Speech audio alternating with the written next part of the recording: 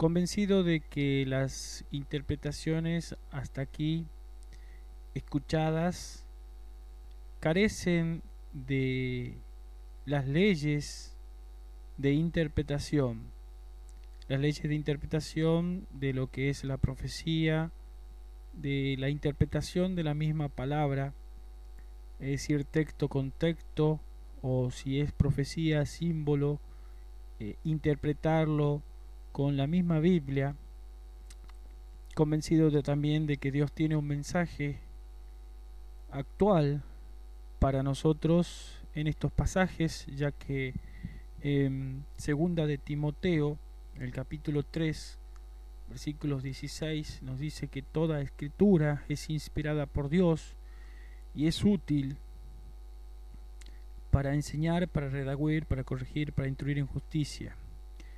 No quiere decir esto que toda la palabra o todas las profecías vamos a darle una explicación a futuro, sino que esta profecía en particular tiene una aplicación a futuro y tiene un mensaje de Dios que tenemos que entenderlo. No así las otras, que ya son inamovibles, estudios perfectamente, se ajustan a las leyes hermenéuticas de interpretación. Muy bien, vamos entonces a comenzar este estudio. Cuando abrió el séptimo sello, se hizo silencio en el cielo como por media hora. El primer versículo nos dice que se abrió el séptimo sello, pero antes de analizar el séptimo sello, la apertura del séptimo sello y ese silencio en el cielo como por media hora, tenemos que entender o ubicarnos en lo que es el sexto sello, el tiempo del sexto sello, qué eventos está cubriendo el sexto sello. No es nuestra intención dar los detalles, dar la fe, los datos precisos, la información. Simplemente lo mencionamos para tener una clara comprensión desde dónde parte y hasta dónde más o menos termina. Dice que miré cuando abrió el sexto sello y aquí hubo un gran terremoto y el sol se puso negro como tela de silicio y la luna se volvió toda como sangre y las estrellas del cielo cayeron sobre la tierra como la higuera deja caer sus higos cuando es sacudida por un fuerte viento. Estos versículos 12 y 13 tienen su cumplimiento en la historia. Han sido señalados como las señales antes del regreso de nuestro Señor Jesucristo. Lo que sería el terremoto, el sol negro como tela de silicio y la luna que se vuelve toda como sangre. Las estrellas del cielo cayeron sobre la tierra como la higuera deja caer sus higos cuando es sacudida por un fuerte viento. En un esquema siguiente vamos a ver el cumplimiento de estos fenómenos en el cielo y cómo los estudiosos de la profecía ya le dieron su ubicación en el tiempo y su cumplimiento. Pero el versículo 14 hasta el 17 todavía no se cumplió. Es decir, cuando dice, y el cielo se desvaneció como un pergamino que se enrolla, eso tiene su cumplimiento en la segunda venida de Jesucristo.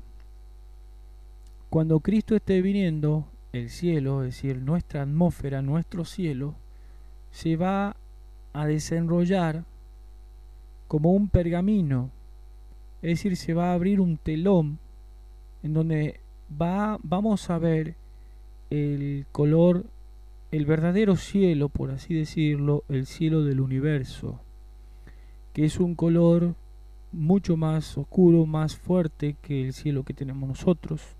Es decir, nuestra atmósfera, nuestro cielo se va a abrir, pero no es que lo que vamos a ver va a ser verlo venir a Cristo en las nubes con todos sus millares de ángeles, y por supuesto que el cielo del universo va a quedar, no sé si en segundo, pero en último lugar, porque nuestros ojos van a estar viendo la venida de nuestro Señor Jesucristo. Eso va a ocurrir en ese tiempo, cuando Cristo venga, y el cielo se desvaneció como un pergamino que se enrolla, y todo monte y toda isla se removió de su lugar. Ante la presencia del Creador, todo monte y toda isla se remueve de su lugar. ¿Qué pasa con los hombres y los reyes de la tierra, y los grandes, los ricos, los capitanes, los poderosos, y todo siervo y todo libre? Se escondieron en las cuevas y entre las peñas de los montes. ¿Por qué? Y decían a los montes y a las peñas: caed sobre nosotros y escondednos del rostro de aquel que está sentado sobre el trono y de la ira del Cordero, porque el gran día de su ira ha llegado, y ¿quién podrá sostenerse en pie? Estos hombres que se topan con alguien que no estaban esperando,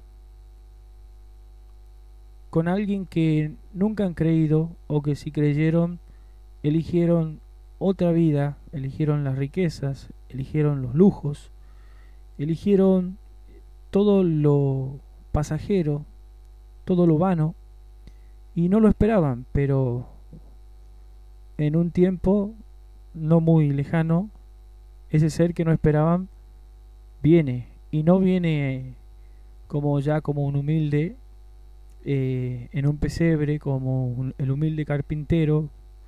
No viene ni como profeta ni como cordero, ya viene como Rey de reyes y Señor de señores, sentado sobre el trono, lo dice el versículo 16. Y es un día, no es cualquier día, es el día de su ira, el día de la ira de Dios. El gran día de su ira ha llegado, dice el verso 17. Y no queda más que tratar de esconderse del rostro de aquel y pedirle a las peñas que caigan sobre ellos para morir, porque no quieren ver el rostro de ese ya juez, ya no abogado, sino juez, que viene a dar sentencia a cada uno de acuerdo a sus obras. Y el día de la ira, en un pasaje vamos a ampliar este texto: el día de la ira del Cordero, el día de la ira de Dios. Dice en Apocalipsis 15:1: vi en el cielo otra señal grande y admirable, 7 ángeles que tenían las 7 plagas postreras, porque en ellas se consumaba la ira de Dios.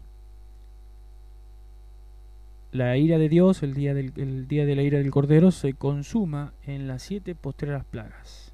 Hoy que se encuentran aquí en Apocalipsis 16, oí una gran voz que decía del templo a los 7 ángeles: y derramad sobre la tierra las 7 copas de la ira de Dios. En ella se consuma la ira de Dios, en las 7 postreras plagas.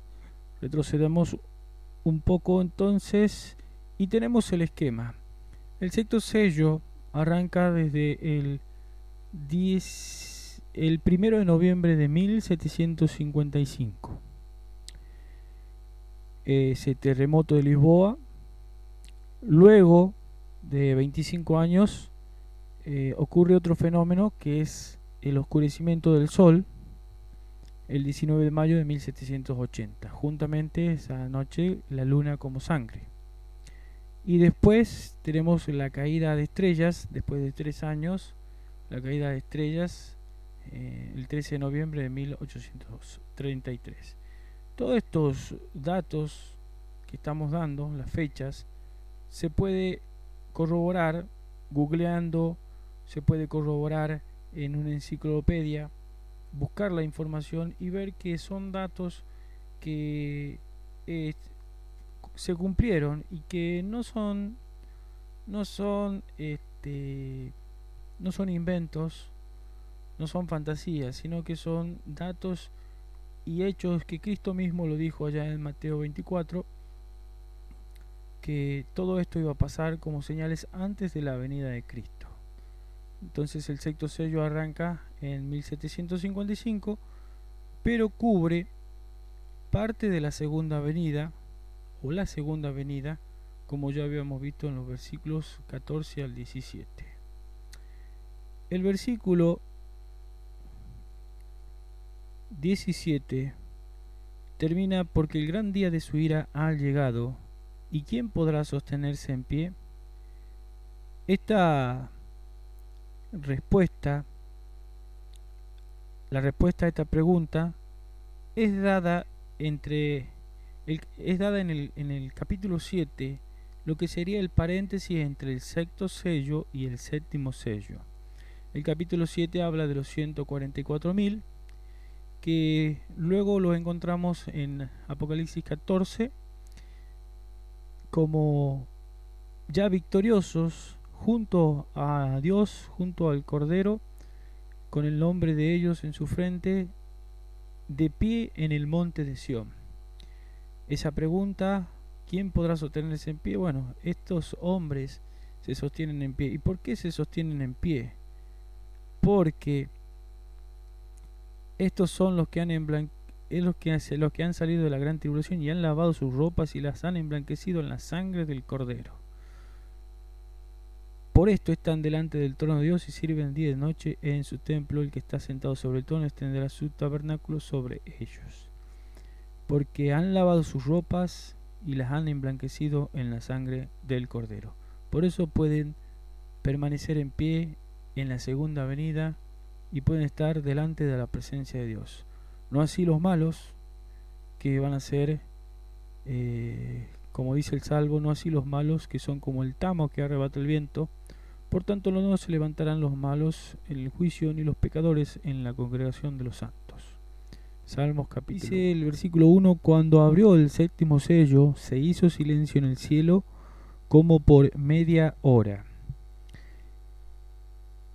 Este silencio en el cielo como por media hora, de acuerdo a el comentario bíblico adventista, tomo 7, comentando Apocalipsis capítulo 8, versículo 1, han entendido que este silencio en el cielo es de solemne expectativa. Hasta este momento las cortes celestiales han sido descritas como llenas de alabanza y canto. Ahora todo está en silencio, en solemne expectativa, por las cosas que están a punto de suceder. Los adventistas han entendido que este silencio es el vaciamiento de el cielo en el evento que sería la segunda venida de Jesucristo, es decir, Cristo dejando el cielo, partiendo hacia la tierra, viniendo con todos sus ángeles, millones de millones y millares de millares, dejan el cielo y hay un solemne silencio. Este silencio es el que se ha entendido y que han entendido los estudiantes de la profecía. Media hora. La media hora en la profecía, tenemos que sacar la media hora de acuerdo al día profético. Es decir, un día profético, recordemos que un día en la profecía, es decir, un día simbólico, es igual a un año. Un año literal de 360 días serían con los meses lunares, para hacer números redondos, 360 días. A 360 días, que es el día profético, lo tenemos que dividir por 24, que son las horas del día profético. Es decir, serían 24 horas. 24 horas serían simbólicas. 360 días dividido en 24 nos da 15 días. Es decir, nosotros haciendo esta división obtenemos lo que es la hora profética. Una hora profética equivale a 15 días. ¿Tiene lógica esto? Sí, porque 15 días por 24, que sería un día, es equivalente a 360 días, que es el día simbólico. Es decir, estamos hablando de día simbólico y de hora simbólica, y es todo entendible y tiene una lógica que no se la puede discutir. Entonces, sacando la hora profética, obtenemos que son 15 días, y la media hora sería 7 días y medios, casi 8 días. Eso sería la media hora profética. Entonces, retrocedamos al video. Dice: cuando abrió el séptimo sello, se hizo silencio, se vacía el cielo ya partiendo Cristo, como por media hora. Esta media hora se ha entendido que es el tiempo en que Cristo tarda en venir a la tierra. Por lo menos entre 7 u 8 días es lo que se demora Cristo en regresar a la tierra por segunda vez. Esto, digamos, está dicho también por Elena G. de White en el libro Primeros Escritos. Entonces, en un esquema quedaría así. Tenemos el sexto sello, que arranca desde 1755 con el terremoto de Lisboa, da comienzo al séptimo sello y cubre lo que sería el fin del tiempo de gracia. ¿Por qué cubre el fin del tiempo de gracia? Porque el sexto sello, recuerden ustedes que habla de el día de la ira. El día de la ira del Cordero es las 7 postreras plagas. En ese se consuma la ira de Dios en las 7 postreras plagas. Las 7 postreras plagas son lanzadas después, una vez que finaliza el tiempo de gracia, es decir, la intersección de Cristo. Cristo ya no aboga más por el hombre pecador. Entonces son derramadas las 7 postreras plagas. Paralelamente se da el tiempo de angustia de Jacob, o el pequeño tiempo de angustia de Jacob, que son liberados por la voz de Dios, de acuerdo al capítulo del conflicto de los siglos.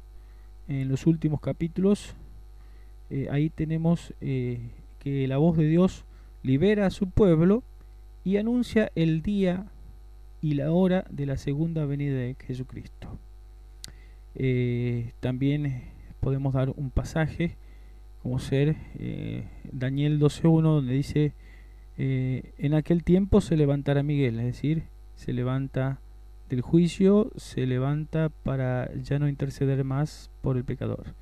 En aquel tiempo se levantará Miguel, fin del tiempo de gracia, y será tiempo de angustia, el tiempo de angustia de Jacob, cual nunca fue de que hubo gente hasta entonces. Pero en aquel tiempo será librado tu pueblo, todo lo que se hayan inscrito en el libro. El sexto sello entonces cubre desde 1755 las 7 postreras plagas y va hasta el séptimo sello, es decir, la apertura del séptimo sello, que es el silencio, Cristo partiendo desde el cielo hacia la tierra con todos sus ángeles, silencio en el cielo como por media hora, demorándose en regresar a la tierra aproximadamente 7 días y medio u 8 días, de acuerdo a la hora profética. Y pasamos al versículo 3 y 4. Otro ángel vino entonces y se paró ante el altar con un incensario de oro, y se le dio mucho incienso para añadirlo a las oraciones de todos los santos, sobre el altar de oro que estaba delante del trono. Y de la mano del ángel subió a la presencia de Dios el humo del incienso con las oraciones de los santos. Este pasaje, que nos habla de un ángel que se para delante del altar de oro con el incienso. Entonces la pregunta es: ¿quién es este ángel? ¿De qué altar de oro está hablando? Que estaba delante de la presencia del trono. ¿Cómo se puede entender esto? Es lo que vamos a ver a continuación.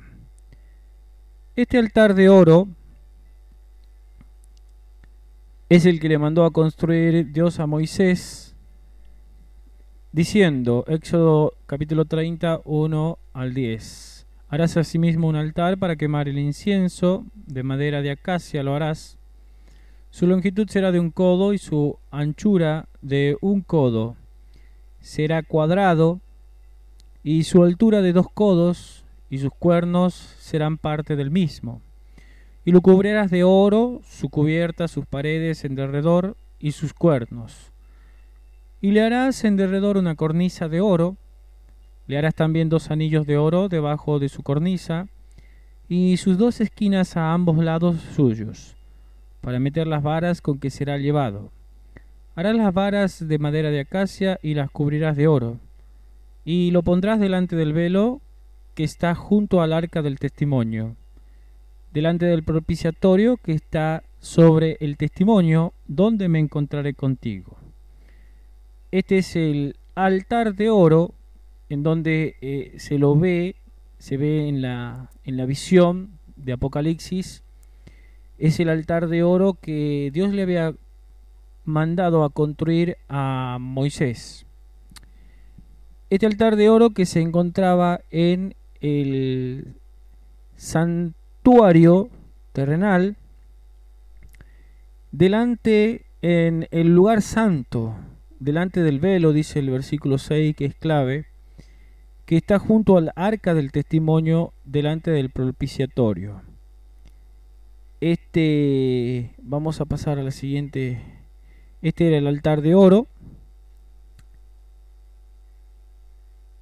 donde se quemaba el incienso, que se encontraba en el lugar santo. Este es el lugar santo, donde había 3 muebles: el candelabro de 7 brazos, el altar de incienso o altar de oro y la mesa con los panes de la presencia.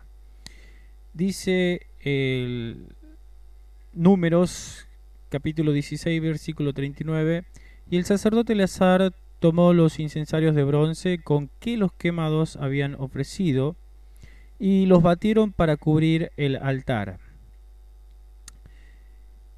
¿Quiénes son estos quemados? Esto ocurrió en la rebelión de Coré, Datán y Abiram, cuando ellos se rebelaron y cuestionaron el sacerdocio arónico y querían, con sus incensarios,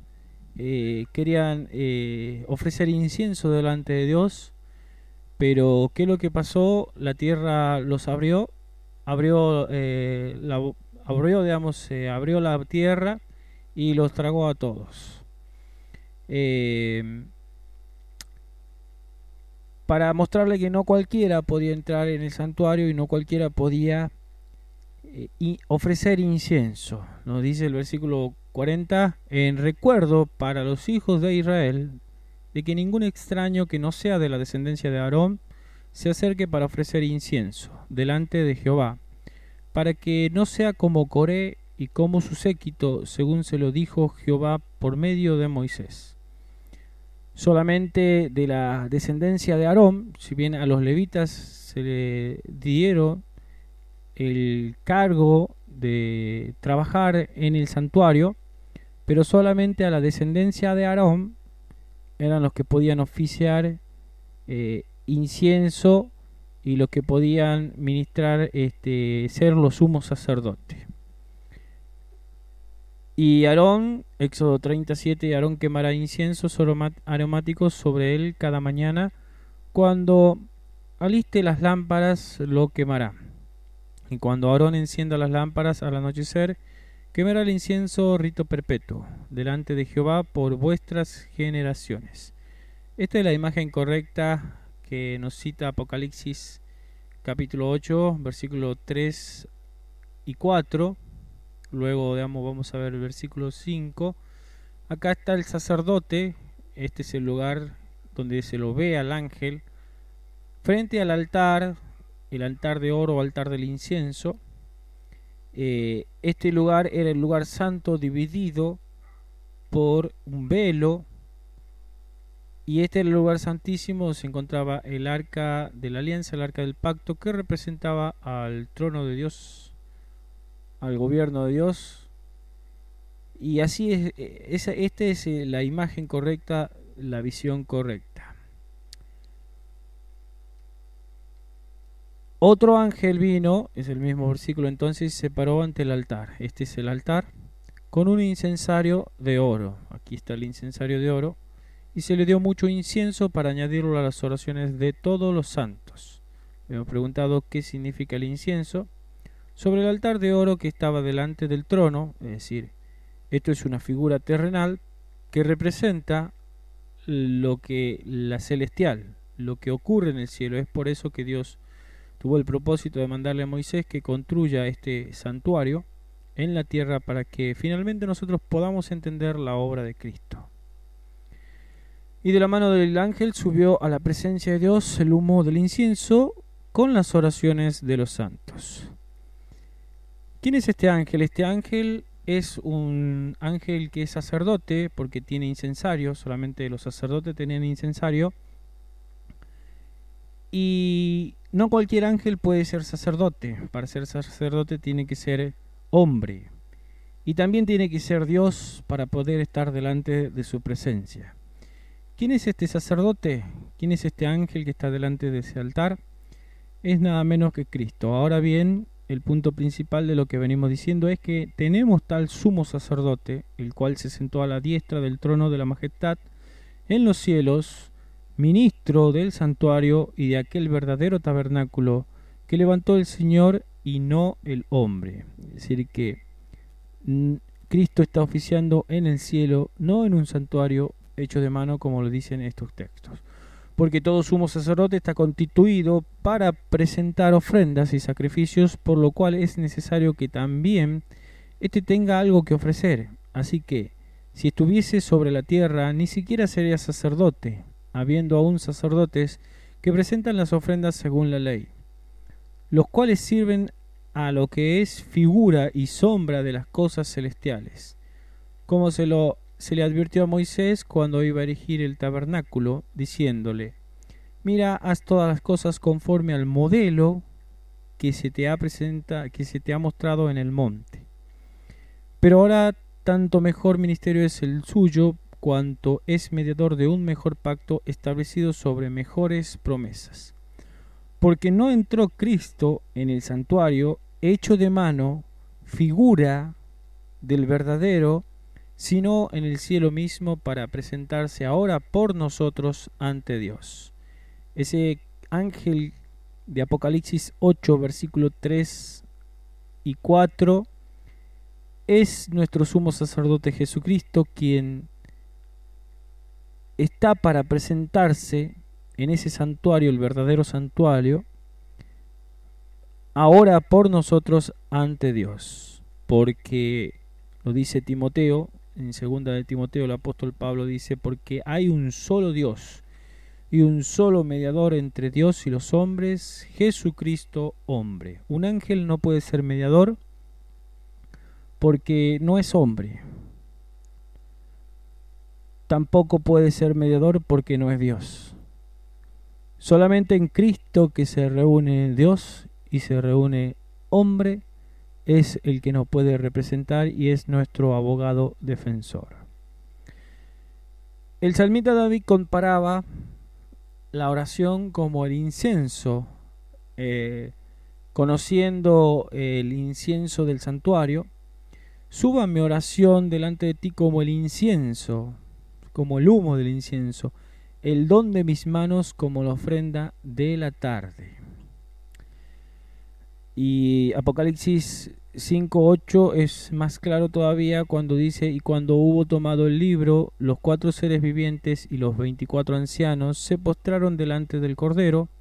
Todos tenían arpas y copas de oro, llenas de incienso, que son las oraciones de los santos. En el estudio anterior habíamos visto los versículos 3 y 4 al ángel que se para delante del altar de oro con el incienso, que son las oraciones de los santos. Decía Apocalipsis: el incienso es símbolo de las oraciones de los santos.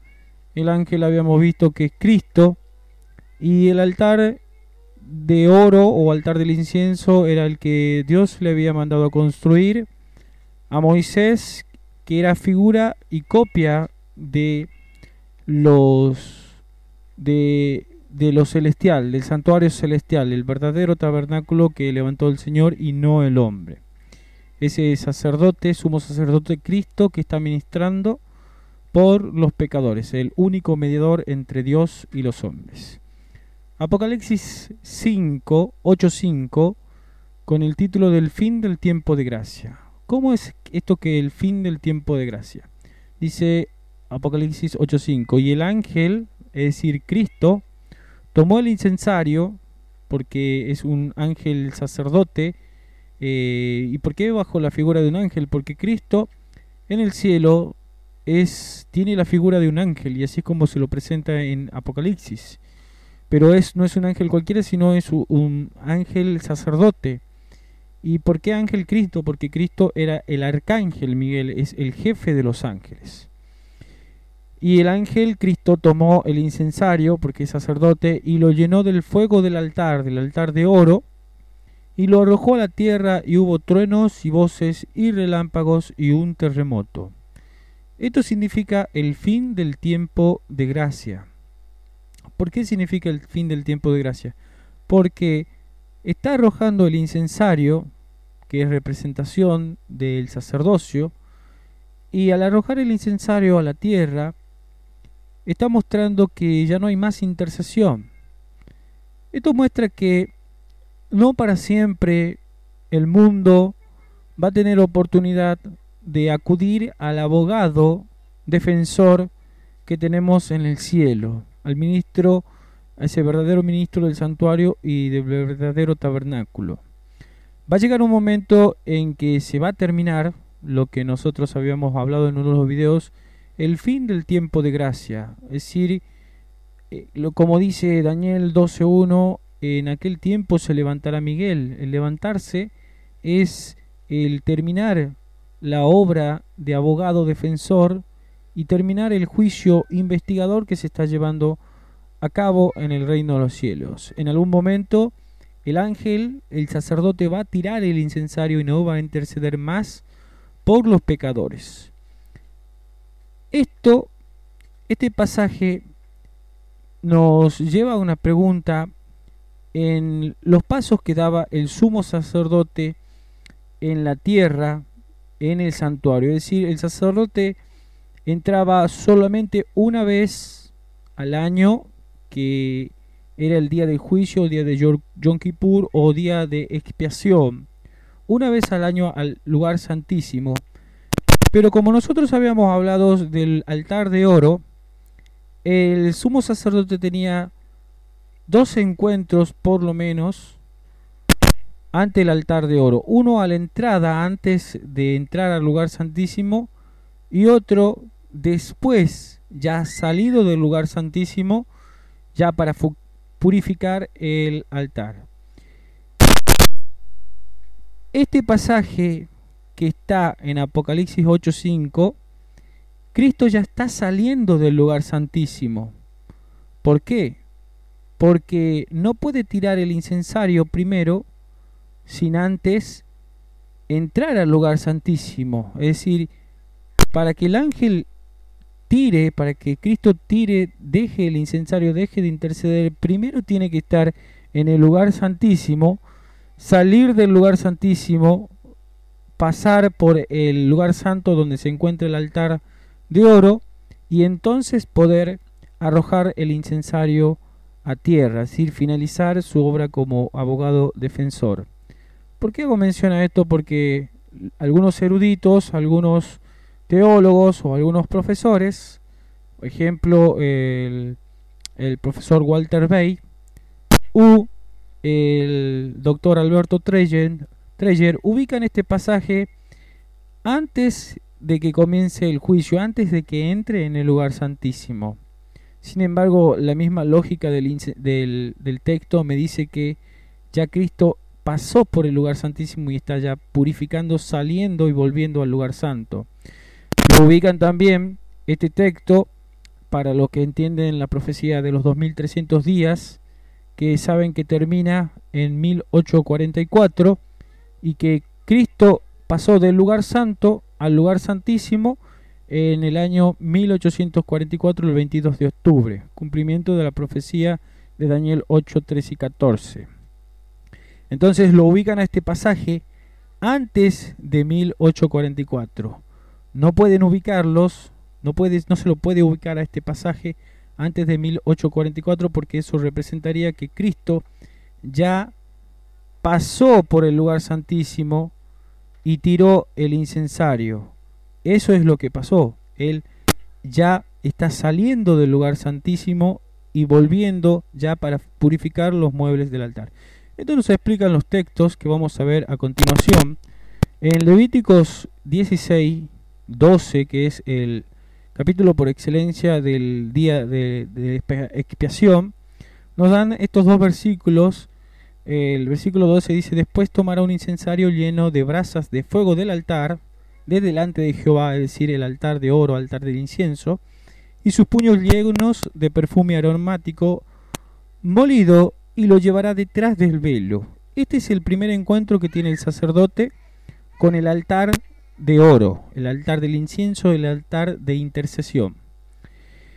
Luego tiene otro encuentro, pero ya salido, y ahí están los dos versículos, que se encuentra en el versículo 18. Es realmente asombrosa la ciencia de la Biblia y Dios cómo pone textos que son realmente espectaculares y específicos. Por algo Dios puso dos textos en ese capítulo completo de lo que es el día de expiación. Dice el versículo 18, esto ya está salido: y saldrá al altar que está delante de Jehová y lo expiará, y tomará de la sangre del becerro y de la sangre del macho cabrío, y la pondrá sobre los cuernos del altar alrededor. Esparcirá sobre él de la sangre con sus dedos 7 veces, y lo limpiará y lo santificará de las inmundicias de los hijos de Israel. Repasando un poquito con la figura, el sacerdote, el primer encuentro, que lo dice el versículo 12, se paraba delante del altar de oro, con sus puños llenos del perfume aromático, es decir, el incienso, y lo lleva detrás del velo con el incensario, es decir, al lugar santísimo. Eso ocurría una vez al año, en el día de expiación, a los 10 días del séptimo mes. Luego saldrá, nos dice el texto, saldrá al altar, nuevamente tenía que volver, y lo expiará, es decir, la purificación de los muebles del santuario. Empezaba la purificación, y tomará de la sangre del becerro y la sangre del macho cabrío, y la pondrá sobre los cuernos del altar alrededor de estos cuernos, y esparcirá sobre él de la sangre con su dedo 7 veces, y lo limpiará y lo santificará las inmundicias de Israel.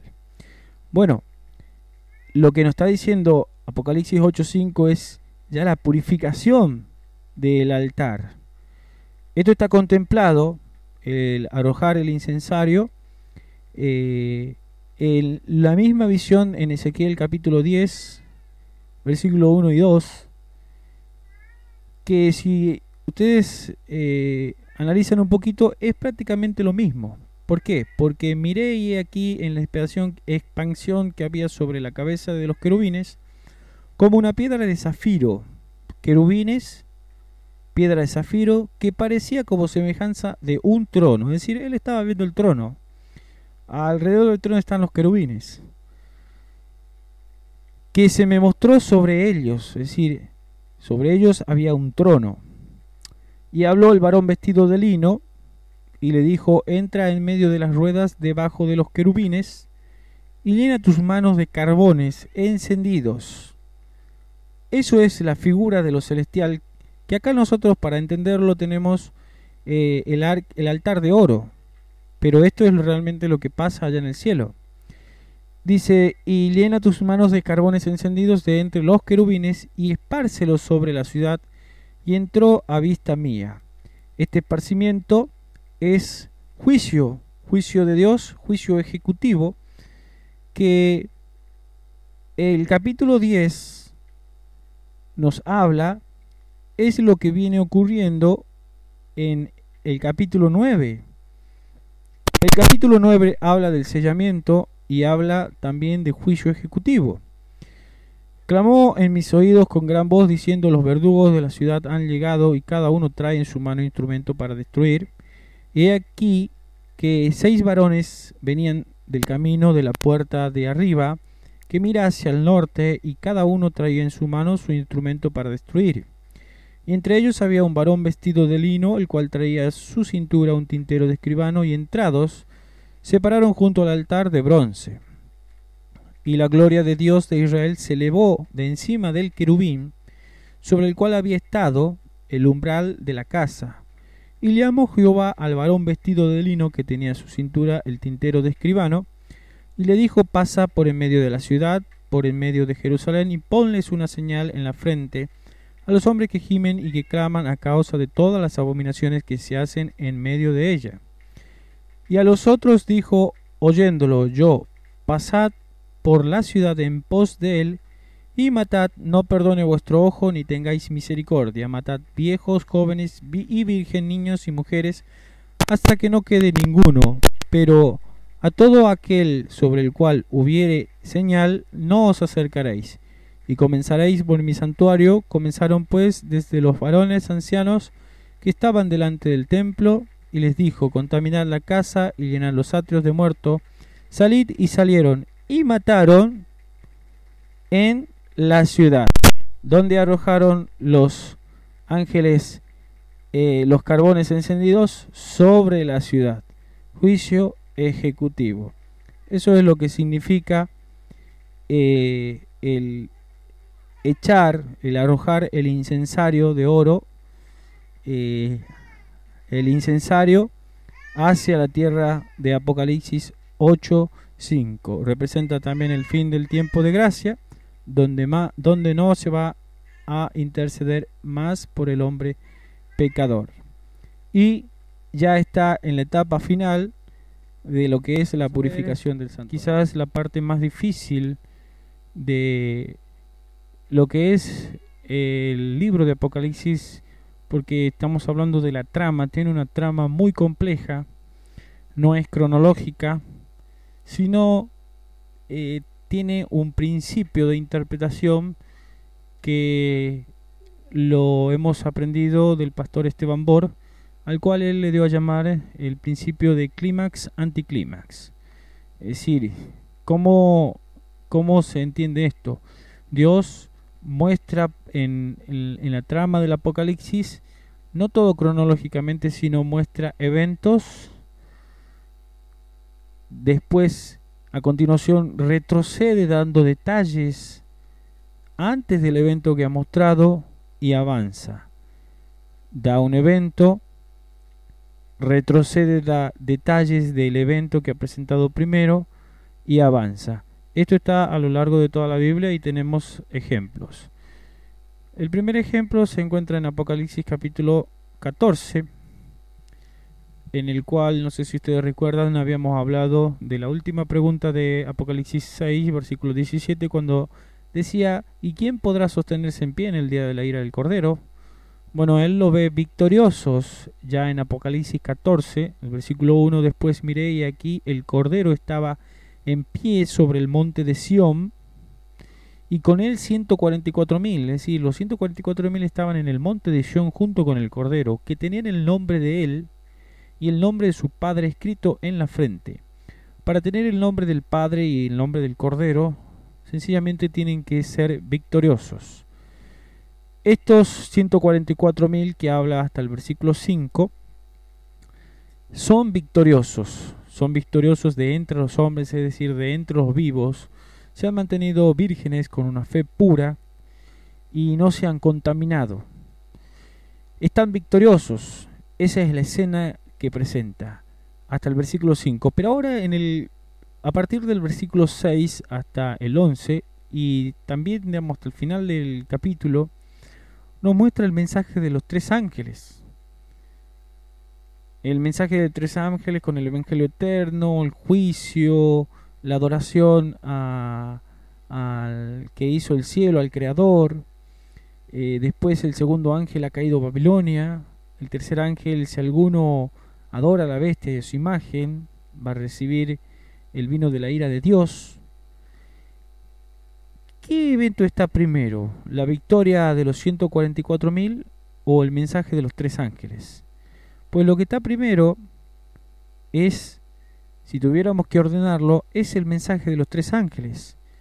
Los 144.000, para poder estar en pie ahí en el monte de Sión, se han mantenido fieles a Dios y han vencido, han proclamado el mensaje del primero, del segundo y del tercer ángel, y se mantenieron fieles a Dios sobre este mensaje, sobre la bestia, que en Apocalipsis 13 nosotros vemos todo lo que va a hacer. No se va a permitir que nadie compre o venda a menos que tenga la marca de la bestia. Entonces, si tuviéramos que ordenarla cronológicamente, primero va el mensaje de los tres ángeles y luego los 144.000 victoriosos en el monte de Sión junto con el Cordero y ya con el nombre de él escrito en la frente. Entonces acá tenemos este principio de clímax, anticlímax, es decir, una escena, un evento, un retroceso, una ampliación y se añade información a lo que ha pasado antes de ese evento. Vamos por otro ejemplo. En Génesis capítulo 1 tenemos la creación desde el principio. En el principio creó Dios los cielos y la tierra y va así creando cada día algo, y en el sexto día lo crea el hombre. Entonces dijo Dios: hagamos al hombre a nuestra imagen, conforme a nuestra semejanza, y Señor en los peces del mar, en las aves de los cielos, en las bestias, en toda tierra y en todo animal que se arrastra sobre la tierra. Y creó Dios al hombre a su imagen, a imagen de Dios lo creó, varón y hembra los creó. Y los bendijo y le dijo: fructificad y multiplicaos, llenad la tierra y sojuzgadla, y señorad en los peces del mar, en las aves de los cielos y en todas las bestias que se mueven sobre la tierra. En el último versículo de Apocalipsis 1, terminando con la creación, dice que Dios dijo: y vio Dios que todo era bueno en gran manera. Y el siguiente paso, después del sexto día, entra a crear el séptimo día, que es el espacio de tiempo, es decir, un día más, pero ya no crea nada, sino solamente lo crea el día, el espacio de tiempo, para bendecirlo, apartarlo, santificarlo. Y bueno, eso es lo que creó Dios en 6 días, y el séptimo reposó, descansó. En el capítulo 2 nos da una información de cómo es que Dios hizo al hombre. En Génesis 2:7, entonces Jehová Dios formó al hombre del polvo de la tierra y sopló en su nariz aliento de vida, y fue el hombre un ser viviente. Cuando ya había terminado, digamos, la cronología, ya había creado el sexto día, el séptimo día, ahora vuelve el capítulo 2 a dar información de lo que ha pasado el sexto día. No tan solo el capítulo 2 añade información de cómo está creado el hombre, es decir, que ha sido formado del polvo de la tierra y él tiene el soplo y el aliento de vida para ser un nefesh, un ser viviente o alma viviente, sino que además nos da información de cómo la hizo a Eva, porque en el versículo que habíamos leído, Génesis 1, 26 y 27, nos decía que Dios lo creó a hombre y a mujer, lo creó a hombre y a imagen de Dios se lo creó. Pero en el capítulo 2 añade información de cómo la creó a Eva. Entonces Jehová Dios hizo caer sueño profundo sobre Adán, y mientras éste dormía, tomó una de sus costillas y cerró la carne en su lugar, y de la costilla que Jehová Dios tomó del hombre hizo una mujer y la trajo al hombre. Dijo entonces Adán: esto es ahora hueso de mis huesos y carne de mi carne, esta será llamada varona, porque del varón fue tomado. Es decir, esta información que tenemos en el capítulo 2 es lo que ha ocurrido en el sexto día. Es información adicional, es decir, que retrocede la Biblia, retrocede Moisés en su relato de la creación a información que no se le ha dado en el capítulo 1. Así está estructurado el libro de Apocalipsis. ¿Por qué? Porque tenemos en Apocalipsis 8.1 el silencio en el cielo, que habíamos dicho que era la segunda venida de Cristo, por media hora, los días de su venida. Después aparecen los 7 ángeles que estaban en pie ante Dios, se le dieron 7 trompetas, el ángel intercesor, en el versículo 5, el fin del tiempo de gracia, que se entiende porque tira el incensario a la tierra, y luego retrocede nuevamente a las trompetas. Esta es una estructura muy muy compleja, tiene el libro de Apocalipsis, pero que se la puede entender.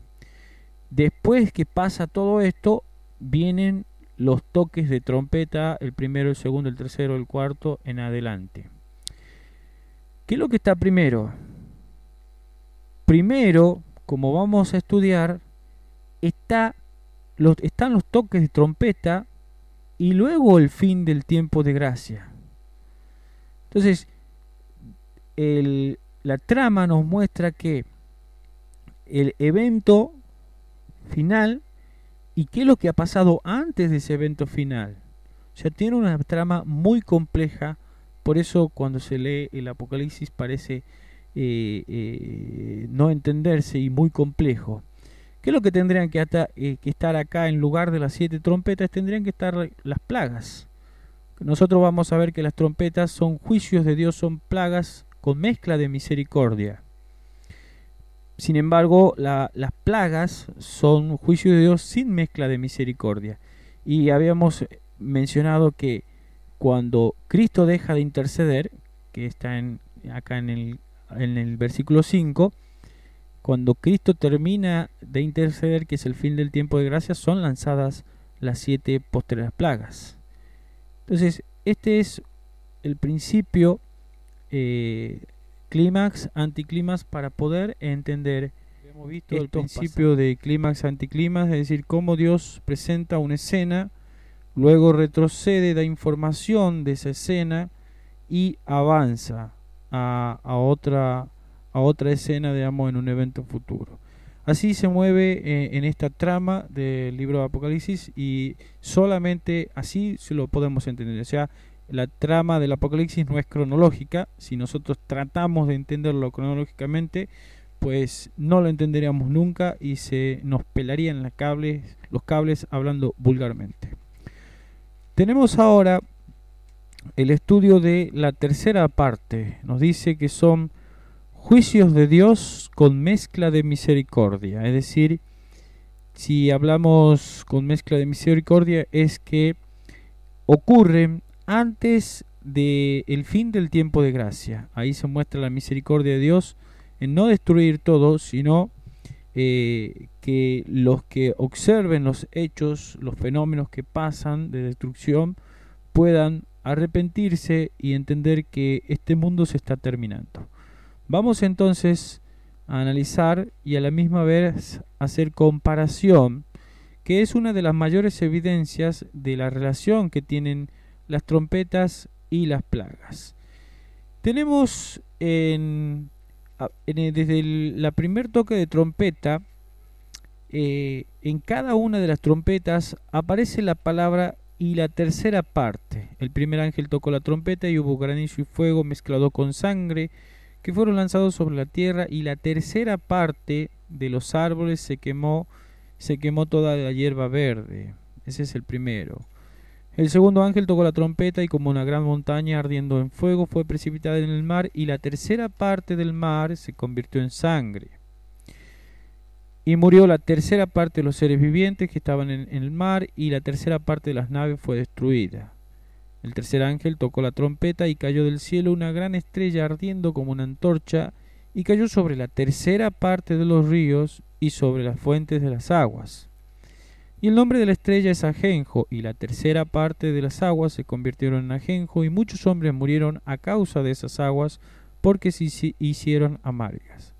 El cuarto ángel tocó la trompeta y fue herida la tercera parte del sol y la tercera parte de la luna y la tercera parte de las estrellas, para que se oscureciese la tercera parte de ellos y no hubiese luz en la tercera parte del día y asimismo de la noche. Luego no figura en la quinta trompeta y sí vuelve a aparecer la tercera parte en la sexta trompeta, y fueron desatados los 4 ángeles que estaban preparados para la hora, día, mes y año, a fin de matar a la tercera parte de los hombres.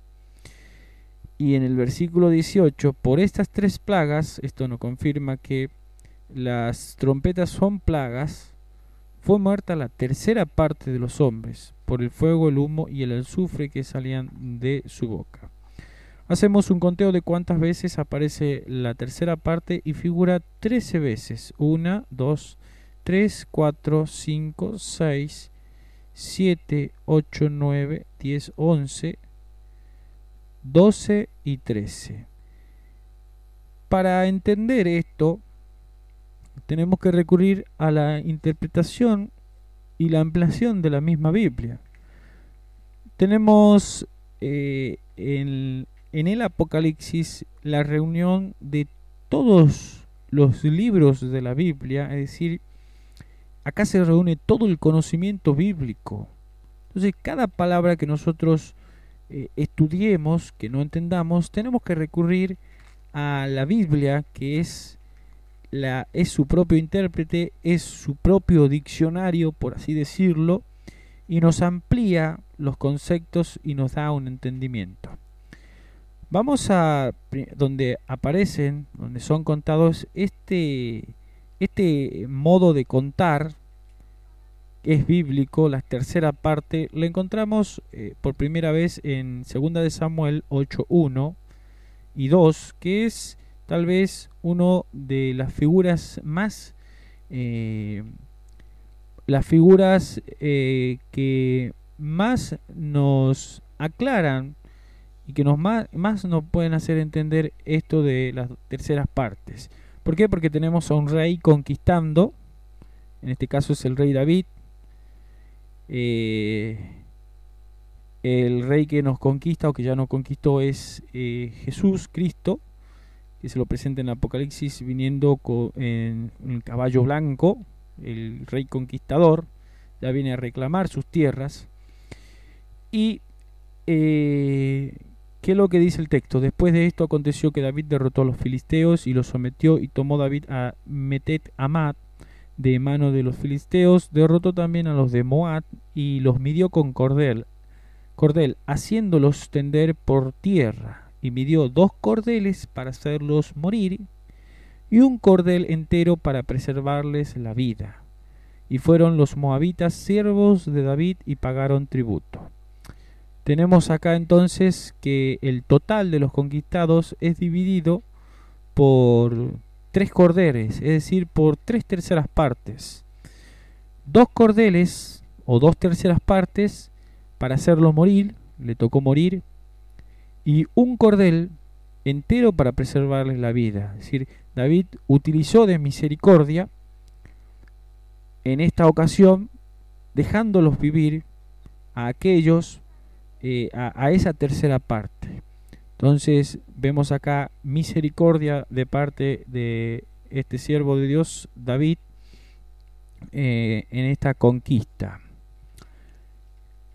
En Ezequiel capítulo 5, versículo 11 y 12, nos aclara más y nos confirma la relación que hay entre la tercera parte y la misericordia. ¿Por qué? Porque dice: por tanto vivo yo, dice Jehová el Señor, ciertamente por haber profanado mi santuario con todas tus abominaciones, te quebrantaré yo también, mi ojo no perdonará, ni tampoco tendré yo misericordia. En este pasaje, la misericordia no se muestra en ninguna de las 3 partes. O sea, recordemos que el lenguaje bíblico cuenta la totalidad y la divide en 3 partes, donde dice: una tercera parte de ti morirá de pestilencia y será consumida de hambre en medio de ti, y una tercera parte caerá espada alrededor de ti, y una tercera parte esparciré a todos los vientos, y tras ellos desenvainaré espada. Acá Dios no utiliza misericordia. Todas las partes, divididas en tres, de una u otra manera, son muertas. Dios las castiga. En Zacarías capítulo 13 dice: y acontecerá en toda la tierra, dice Jehová, que las 2/3 partes serán cortadas en ella, y se perderán, mas la tercera quedará en ella. Y meteré en el fuego a la tercera parte, y los fundiré como se funde la plata, y los probaré como se prueba el oro. Él invocará mi nombre, y yo le oiré, y diré: pueblo mío, y él dirá: Jehová es mi Dios. Acá Dios muestra una misericordia al perdonar a una tercera parte. Imagínense que ustedes que ustedes fueran una de esas partes, y a cuál le gustaría pertenecer, a las que son cortadas, muertas, o a esa tercera parte que se le perdona para vivir, y no tan solo dice que se le perdona, sino que también son purificados en el fuego y probados como se prueba el oro. Entonces invocará en mi nombre, y yo le oiré, y diré: pueblo mío, y él dirá: Jehová es mi Dios. A todos nos gustaría estar de la parte que se le tiene misericordia, y que van a proclamar: Jehová es mi Dios, y que Dios va a decir: este es mi pueblo, ¿no? Y finalmente es utilizada, digamos, para confirmar que este es un lenguaje que es un lenguaje, digamos, bíblico. La tercera parte, en el famoso pasaje de Apocalipsis, también apareció otra señal en el cielo: he aquí un gran dragón escarlata que tenía 7 cabezas y 10 cuernos, y en sus cuernos y en sus cabezas 7 diademas, y su cola arrastraba la tercera parte de las estrellas del cielo. Las estrellas del cielo, según Apocalipsis 12:9, sabemos que son los ángeles. Y las arrojó sobre la tierra, y el dragón se paró frente a la mujer que estaba por dar a luz, a fin de devorar a su hijo tan pronto como naciese. Entonces, este lenguaje de la tercera parte, que es la forma correcta de comprender la Biblia, nos enseña algo que está relacionado con la misericordia.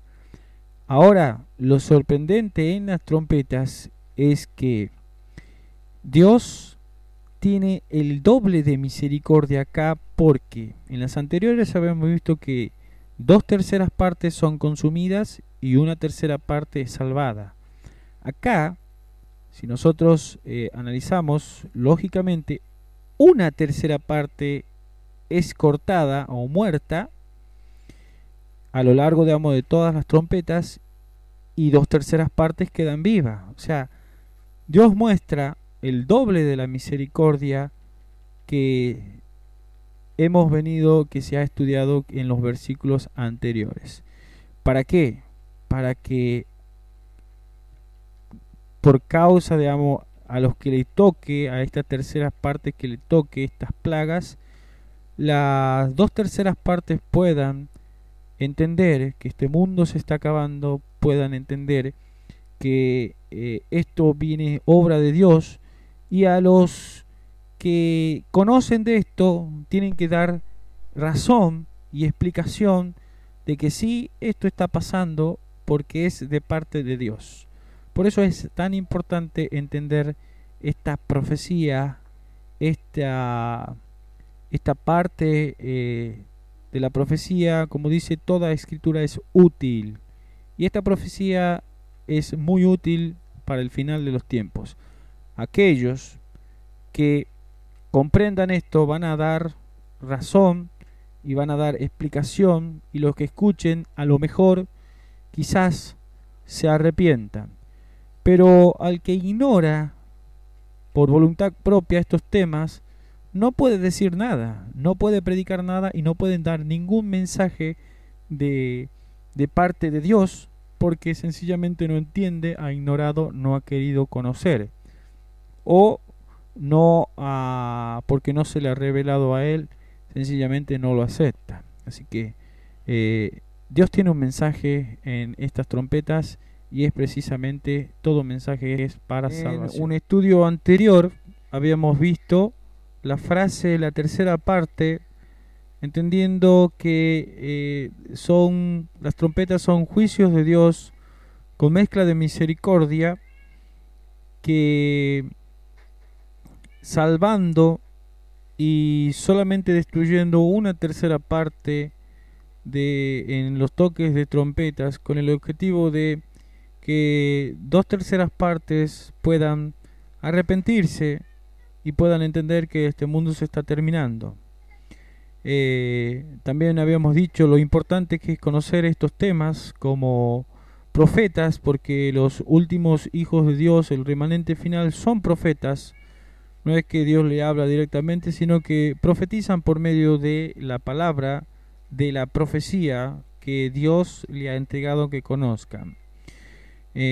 Así tendrán que dar razón a las personas que le pregunten, porque siempre se acude a las personas, a los hijos de Dios, y se le pregunta por qué está pasando esto, qué significa esto, y los profetas tendrán que dar explicaciones. Esto está pasando porque son juicios previos de Dios para mostrarle al mundo que esto se está terminando y que tienen tiempo de arrepentirse. Yo razonaba, y a los que no aceptan estos mensajes, que rechazan, me imaginaba en Moisés, allá cuando le tuvo que profetizar a Faraón qué es lo que iba a pasar, y no me imagino a Moisés diciendo: no, estos son fenómenos de la misma naturaleza, o al mismo pueblo. No me imagino diciendo: no, esto pasa porque tiene que pasar. Los profetas dicen y anuncian lo que va a pasar. Por eso en Amós 3:7 nos dice: porque nada hará Jehová el Señor sin que revele sus secretos a sus siervos los profetas. Muy bien, entramos en las 7 postreras plagas. ¿Por qué estudiamos las 7 postreras plagas? Porque no podemos entender las trompetas si no entendemos las 7 postreras plagas. Acá, en este estudio, vamos a pasar qué son las 7 postreras plagas, sobre quién son derramadas, y ahora sí vamos a ver el paralelismo que habíamos mencionado. Son juicios de Dios sin mezcla de misericordia, lo dice los versículos que habíamos ya leído en los primeros videos.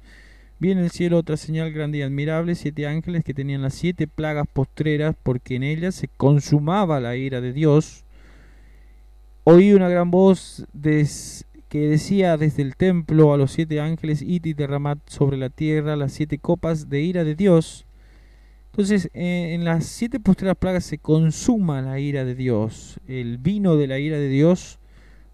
No hay mezcla de misericordia. Esto es, una vez que finalice el fin del tiempo de gracia, cuando Cristo ya no interceda más.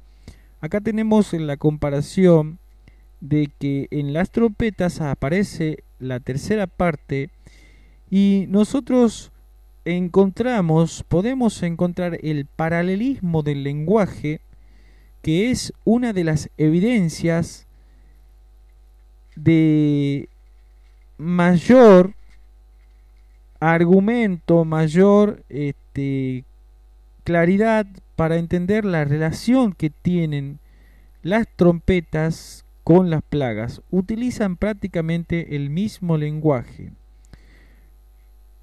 Por ejemplo, el segundo ángel derramó su copa sobre el mar. Este es en la segunda copa.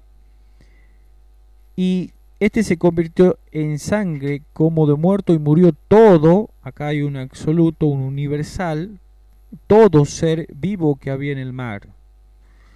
En la segunda trompeta nos dice que el segundo ángel tocó la trompeta, y como una gran montaña ardiendo en fuego fue precipitada en el mar.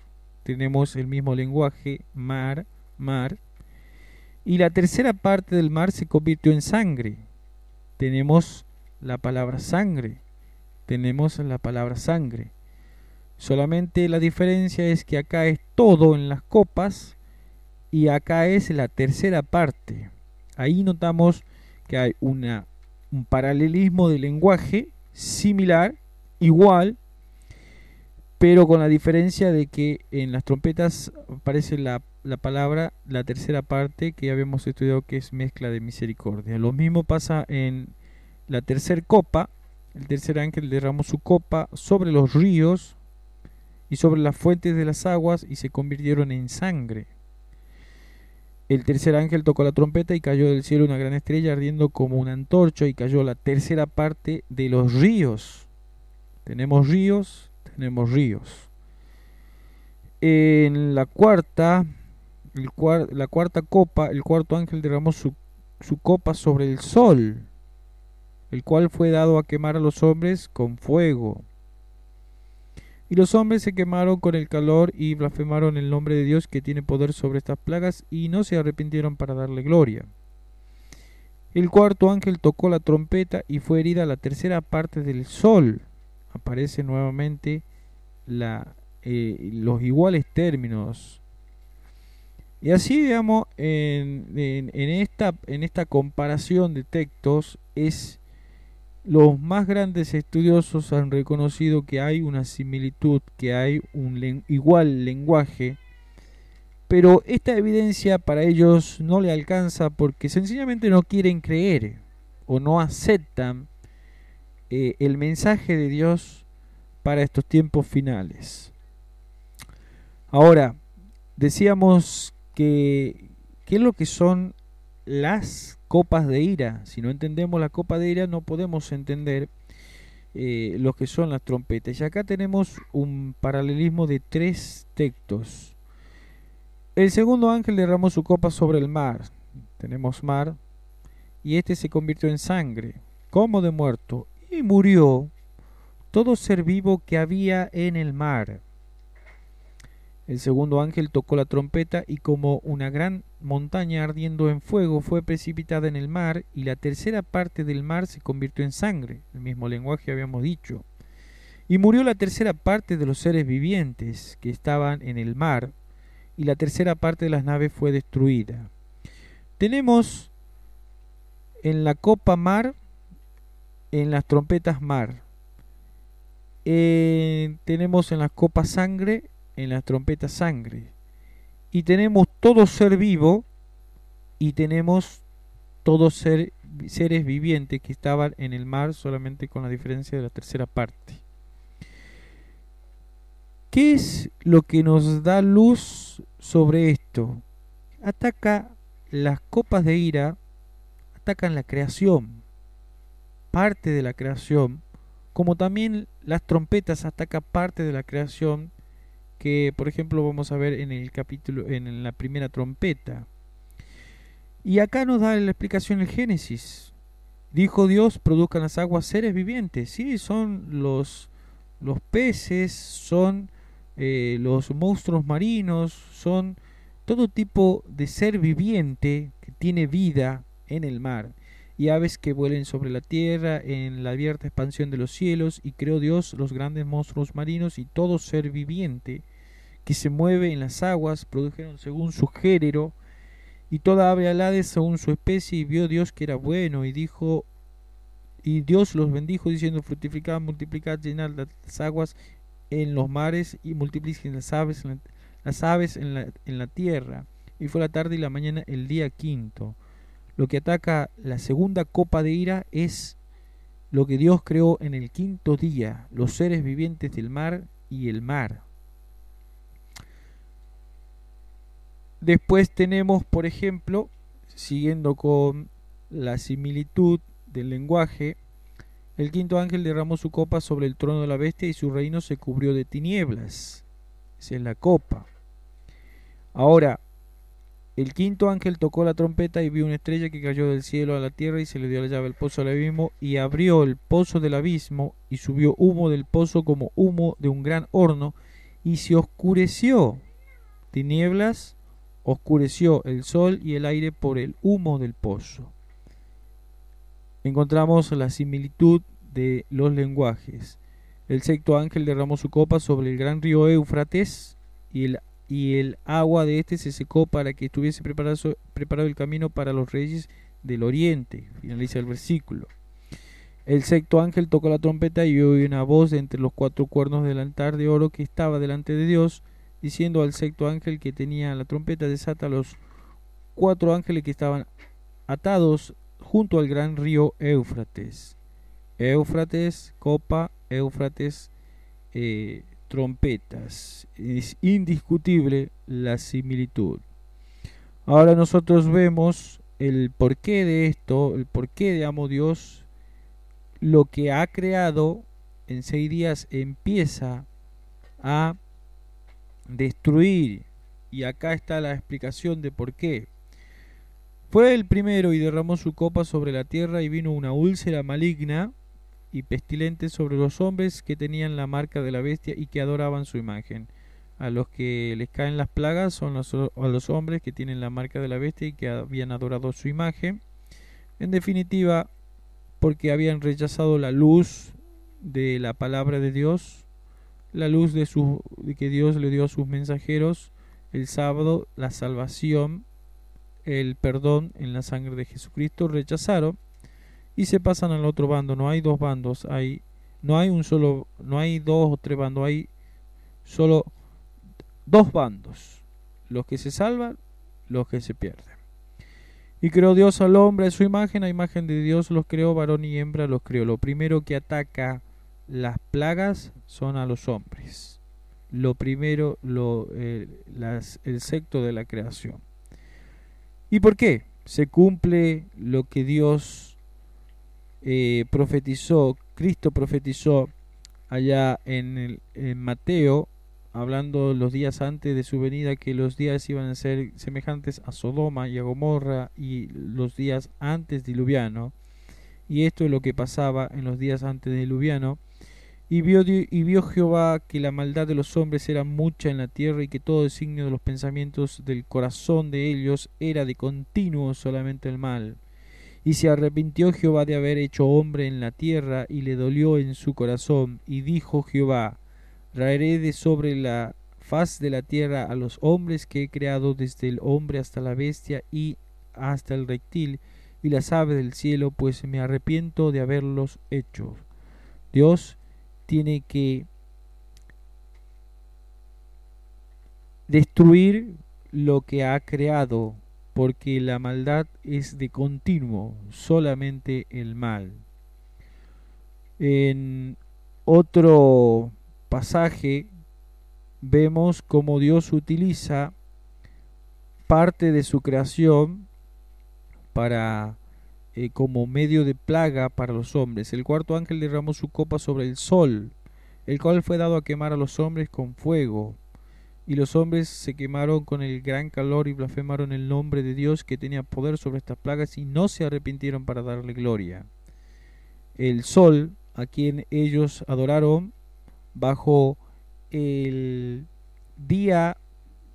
falso día de reposo, el día espurio, el domingo, el día dedicado al dios Sol, al sol, lo que Dios creó en el cuarto día. Dijo luego Dios: haya lumbreras en la expansión de los cielos para separar el día de la noche, y sirvan de señales para las estaciones, para días y años, y sean por lumbreras en la expansión de los cielos para alumbrar sobre la tierra. Y fue así. E hizo Dios las dos grandes lumbreras, la lumbrera mayor para que señorease en el día, y la lumbrera menor para que señorease en la noche.